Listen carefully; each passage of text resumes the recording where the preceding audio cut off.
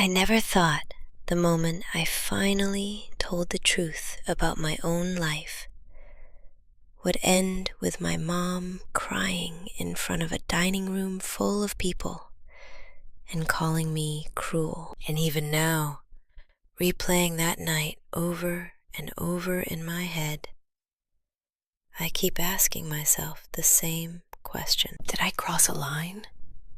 Or was I just tired of watching someone else take credit for the life I fought so hard to build? Because the truth is, the story she told that night about all the sacrifices she made for my education wasn't real. Not even close. And the worst part, she knew it.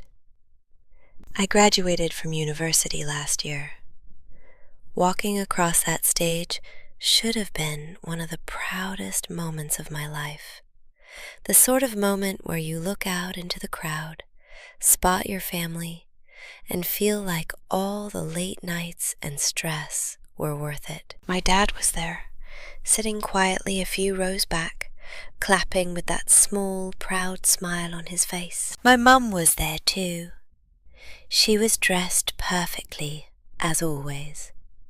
Hair done, expensive handbag hanging off her arm, chatting to people as if she were the proud architect of everything I had achieved. At the time, I didn't say anything, but if I'm being honest, that wasn't the first time she told that version of the story. To understand why it bothered me so much, you have to go back to when I was 12 years old.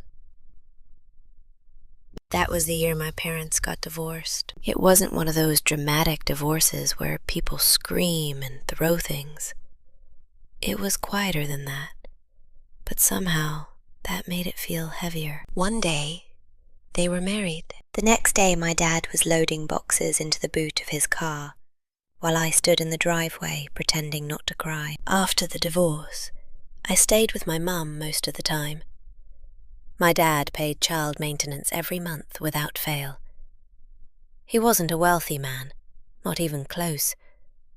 He worked long hours, sometimes weekends, and drove the same aging car for years. But every year, like clockwork, he also added money to a university fund he had started for me. He never made a big deal out of it. He never sat me down and said, "Look how much I'm sacrificing." He just quietly did it. Meanwhile, life at my mum's house slowly started changing. When I was in secondary school, she met the man who would become my stepdad. He was wealthy, really wealthy. Big house, luxury cars, the sort of life you see in adverts for watches that cost more than a year of tuition and rent combined. When they got married, everything about my mum's lifestyle shifted overnight. She stopped working completely. At first she said it was temporary, just until she worked out what she wanted to do next. But temporary turned into permanent rather quickly. Instead of going to work, she started going on holiday. The south of France one summer, the Maldives the next. Designer handbags began appearing in the house like decorations. New cars rotated to the driveway as if they were seasonal fashion. I remember sitting at the kitchen table once, doing homework, while she showed my stepdad photos of a resort she wanted to visit. That trip cost more than my entire term's tuition. At the time, I didn't say anything, but I noticed. And when I got accepted into university, reality started hitting hard. My dad's university fund helped a lot. I'm incredibly grateful for that. But it didn't cover everything. Fees kept rising, rent piled up, books were absurdly expensive. So while some of my course mates were joining societies and going out every weekend, I was juggling lectures with part-time jobs. I worked in the university library during my first year, then at a cafe near campus. At one point during my third year, I had 2 jobs while carrying a full course load. There were nights I came back to my student flat so exhausted, I just sat on the floor staring at my laptop because I didn't have the energy to even start an assignment. Meanwhile, my mum would ring sometimes and tell me about the new places she and my stepdad had traveled to. I remember one call where she described this beautiful resort with private beaches and infinity pools. I was standing behind a coffee counter during the call, wiping down sticky tables. Again, I didn't say anything. I didn't ask her for money. I didn't accuse her of anything. I just handled my life the best I could. Because in my head, the arrangement was clear. My dad helped. I worked. That's how I got through university. And honestly, I was proud of that. But things started to change after I graduated. That's when my mum began telling a very different version of the story. At first, it was subtle. She would introduce me to people and say things like, "We worked so hard to get her through uni," or "We made a lot of sacrifices for her education." The first time I heard her say it, I froze for a second. Because I didn't know who we were supposed to include. But I brushed it off. Maybe she just meant emotional support. Maybe she was speaking loosely. I didn't want to start drama over a sentence. But the story kept getting bigger every time she told it. Soon it wasn't just, we supported her. It became, we paid for her education. And every time she said it, people would turn to her with admiration. "You must be so proud. That's incredible parenting." And she would smile, like she had climbed the mountain herself. Last week, everything finally came to a head. My mum had invited some friends over for dinner at their house. It was one of those huge houses where the dining room alone is bigger than most flats. The sort of place that makes you feel like you need to walk carefully, so you don't accidentally touch something expensive. The conversation was flowing, wine glasses clinking, everyone laughing. Then someone asked me about university, and that's when my mum launched into the story again. "Oh, it was such a journey," she said, placing her hand dramatically on the table. "We worked so hard to put her through university.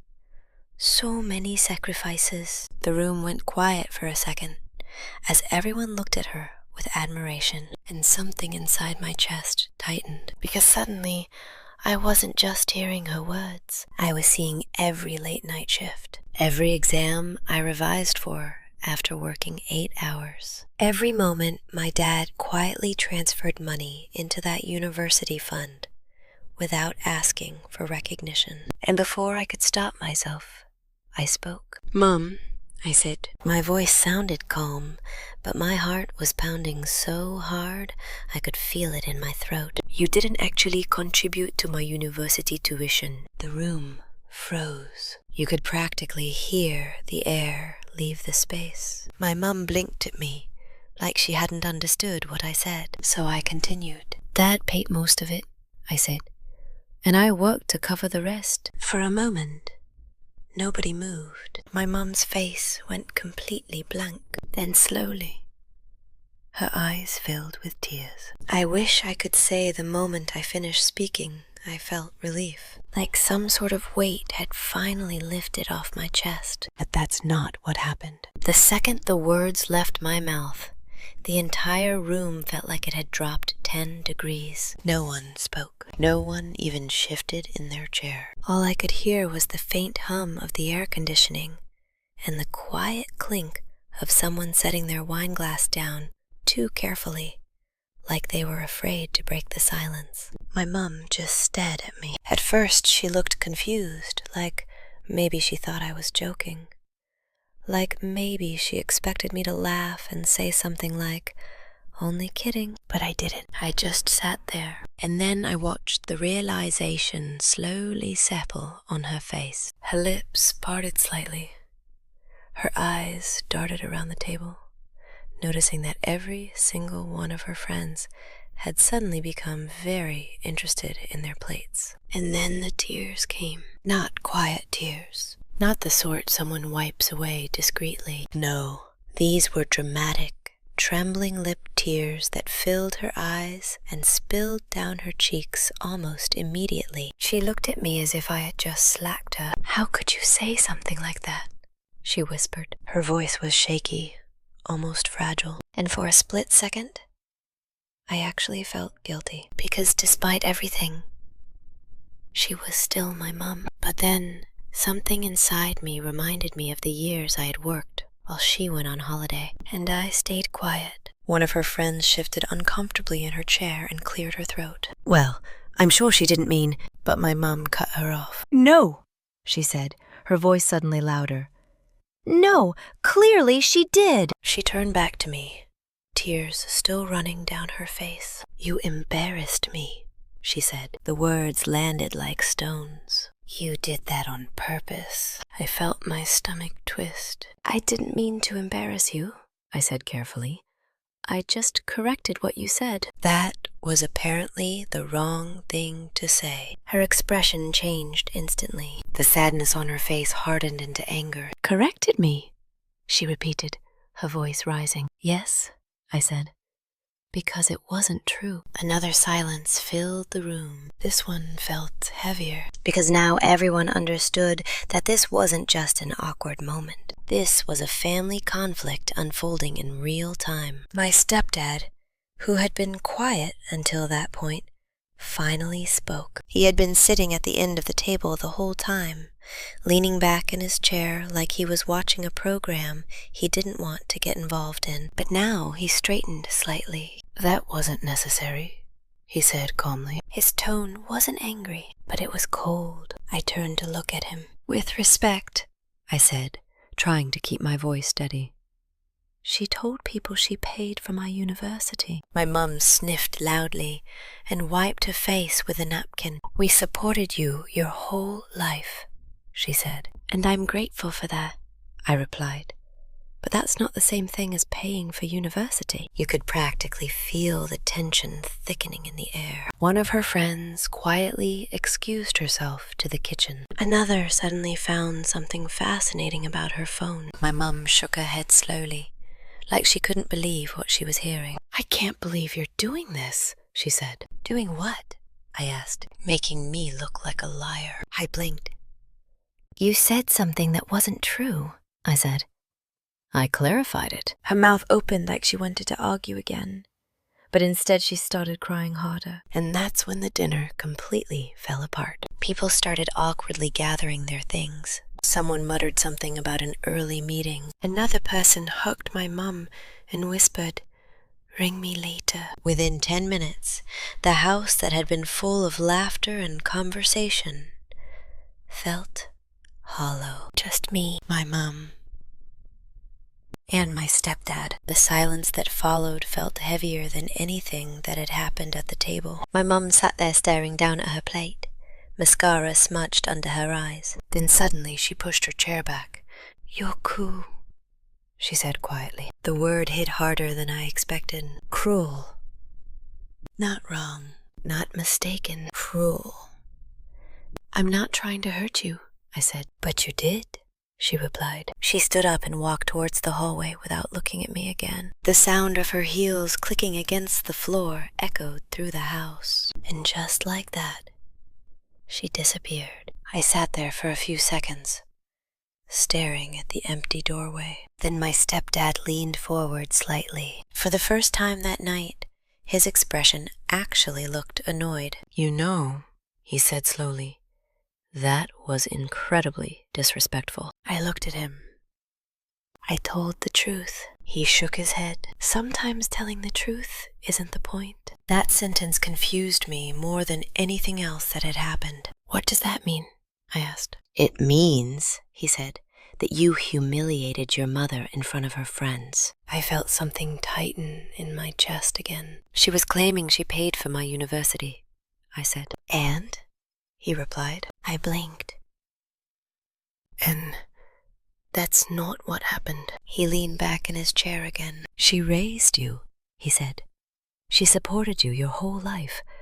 That counts for something." "I didn't say it didn't," I replied. "But it's not the same thing as paying my tuition." He sighed, like he was tired of the conversation. "You're being ungrateful," he said. That word made my stomach drop. Ungrateful. It's funny how quickly people throw that word around. Like gratitude means staying quiet when someone rewrites your story. I worked 2 jobs during university, I said quietly. My dad paid most of the tuition. He shrugged. Your mother sacrificed plenty raising you. I sat there, staring at him, because suddenly I realized something. This wasn't about facts. This was about protecting her image. You're defending her lie, I said. His expression hardened slightly. I'm defending my wife, he replied. Then he stood up from the table. You should go home, he said. Not angrily, just flat, like the conversation was over. I grabbed my jacket and left without saying another word. The night air outside was cold. I remember standing in the driveway for a moment,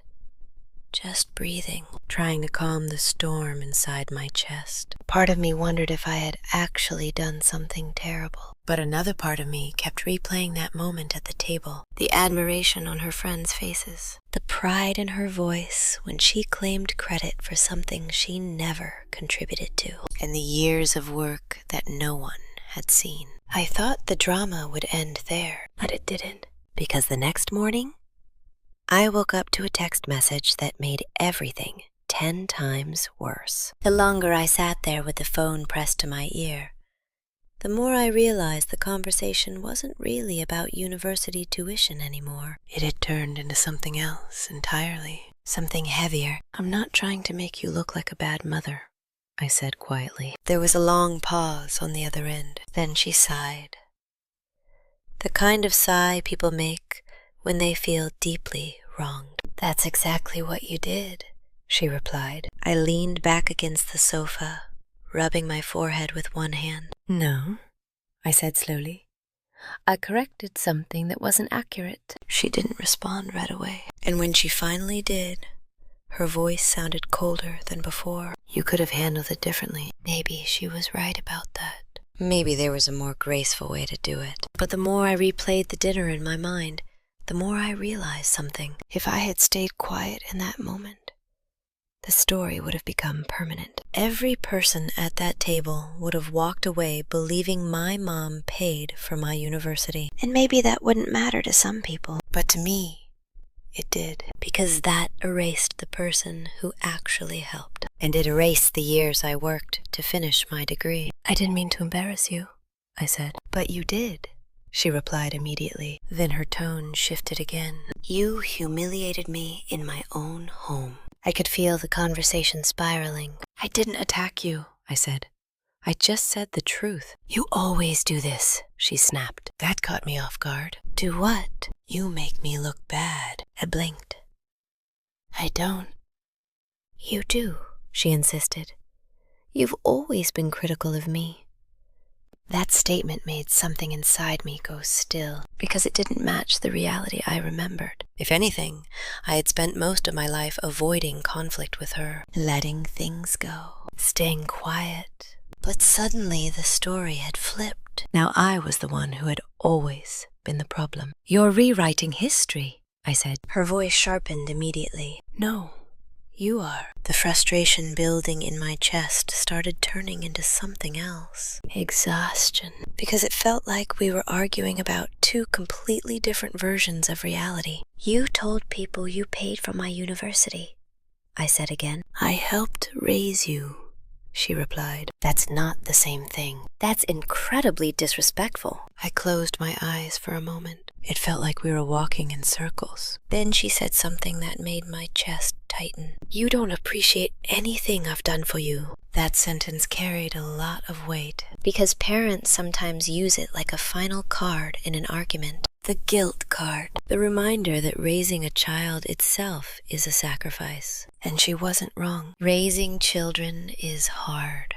But gratitude and honesty aren't supposed to cancel each other out. I do appreciate it, I said quietly. But appreciation doesn't mean pretending something happened when it didn't. Silence filled the line again. Then she spoke, her voice lower. Your stepfather thinks you should apologize. I let out a slow breath. He texted me. Well? She asked. I'm not apologizing for telling the truth. The moment I said it, the temperature of the conversation changed again. You're unbelievable, she said. There was anger in her voice now. You embarrassed me in front of my friends, and you can't even say sorry? I didn't insult you. You didn't have to.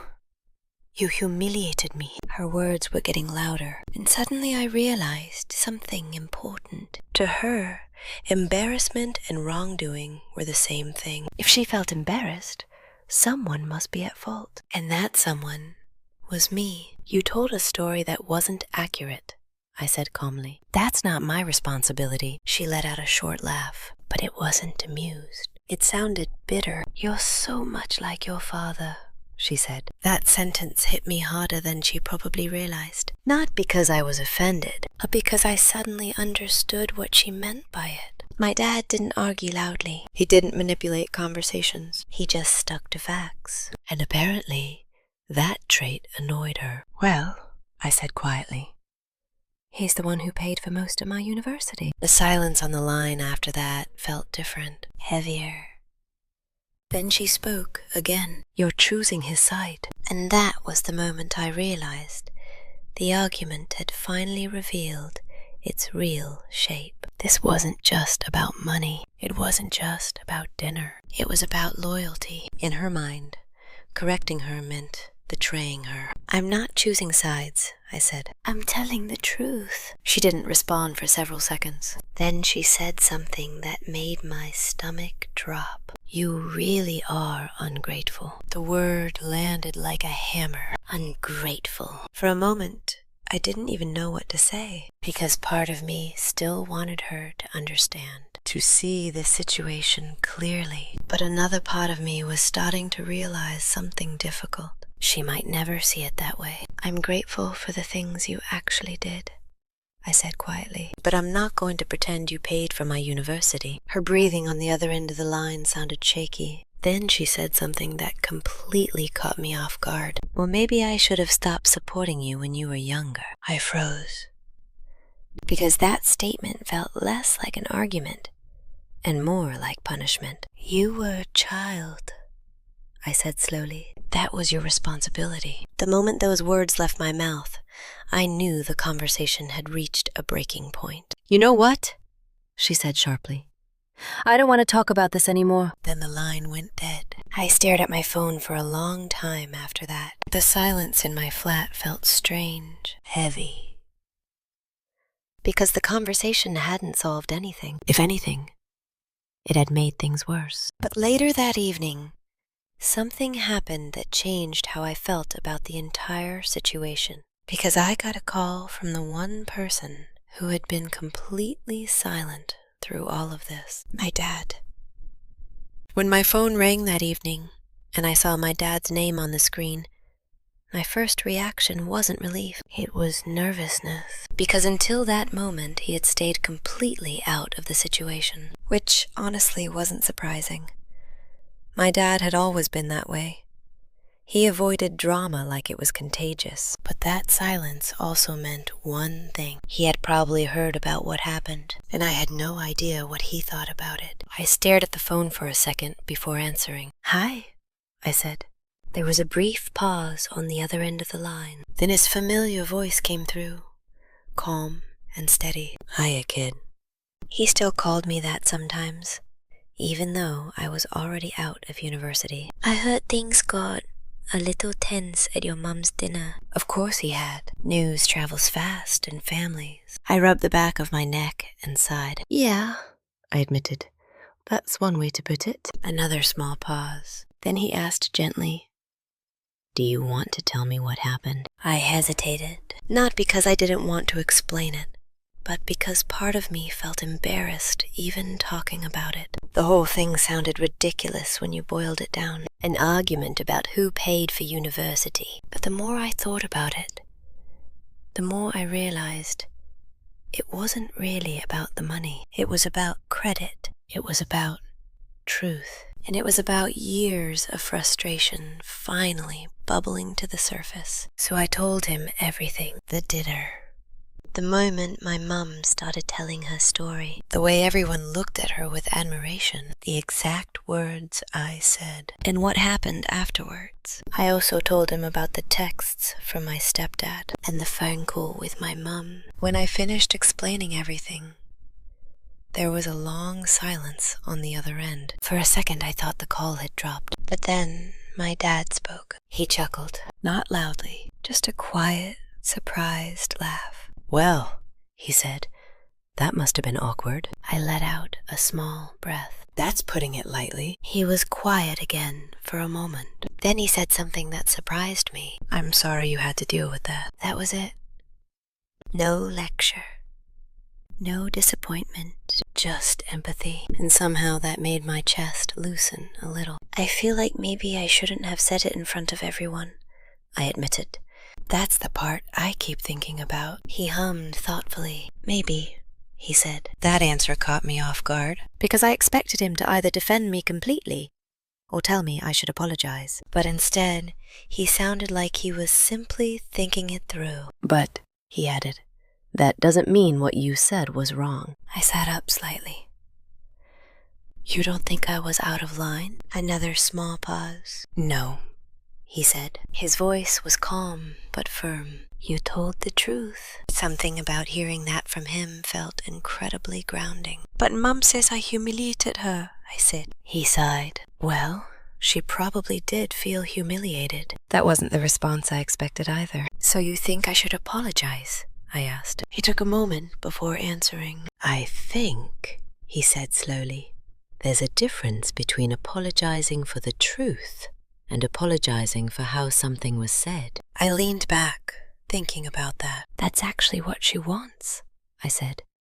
"She wants me to apologize for correcting her." "Well," he replied gently, "that's not something you should apologize for." Another silence settled between us. Then he said something that made my throat tighten. "I never needed credit for helping you." I swallowed. "I know." "I did it because you're my kid," he continued. "That's it." I stared at the floor while he spoke. "But hearing you stood up for yourself, and for the truth," he added. There was pride in his voice now. "I'm proud of you." That sentence hit harder than I expected, because during the entire conflict with my mum and stepdad, I had started questioning myself, wondering if maybe I had crossed some invisible line. But hearing that from him, it settled something inside me. "I didn't want to erase what you did," I said quietly. "I know," he replied. Then he chuckled again. "Honestly, I'm more surprised you held it in that long." That made me laugh a little too. "Yeah," I admitted. "I suppose it had been building." "Family stuff tends to do that," he said. We talked for a few more minutes about other things. Normal things. Work. Life after graduation. Small things. But before hanging up, he said something that stayed with me. "Listen," he said, "you can't control how people react to the truth." I waited while he continued. "All you can control is whether you're honest and whether you try to be kind." I thought about the dinner again, about the moment I spoke up, and honestly, I had been calm. I hadn't insulted her. I had just corrected the story. "I tried to be respectful," I said. "I know you did," he replied. Then he added one final thought. "And if someone feels embarrassed because the truth came out, that doesn't automatically mean you did something wrong." After we hung up, I sat in silence for a long time, replaying everything that had happened. The dinner, the texts, the phone call, and my dad's words. I'm still trying to process all of it. Part of me wishes the moment had happened differently. Maybe privately. Maybe more gently. But another part of me knows something important. I didn't insult my mother. I didn't call her a bad parent. I didn't attack her. I simply told the truth about how I got through university. And if I'm being honest, I think I was just tired of watching someone else take credit for the life I worked so hard to build. I'm still trying to figure out if there's a way to repair things with her. Maybe there is. Maybe there isn't. But I keep coming back to the same question. What would you have done if you were in my position? Would you have stayed quiet to keep the peace? Or would you have corrected the story, even if it made the whole room go silent? Let me know what you think in the comments. And if you want to hear more real stories like this, make sure to subscribe.